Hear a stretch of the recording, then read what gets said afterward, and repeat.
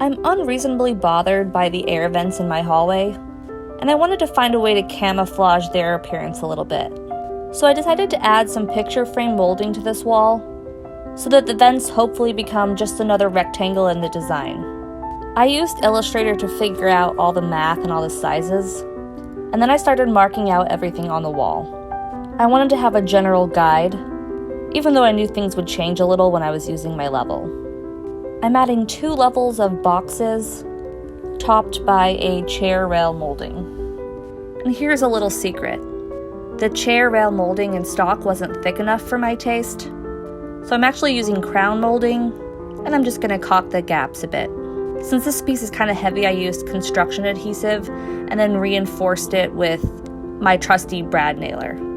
Then came the slightly more difficult part, cutting all of the pieces. This was actually my first time using this saw, and it took me a few minutes to figure everything out, but I have to say it was actually really easy to use. Math is not my favorite thing, and it was a little confusing figuring out how to orient the pieces so that the right side would be facing into the box, and my measurements would be on the outside, but I got the hang of it and cut enough pieces to make the first several boxes. Since these pieces were lighter, I just used my brad nailer to put them up and skipped the construction adhesive. I went slow and took my time using my level a lot, and I'm actually really happy with how it's coming out so far. I think the proportions of the molding to the chair rail look really good. And now that I know what I'm doing, I know I can whip out the rest of the pieces tomorrow in a lot less time.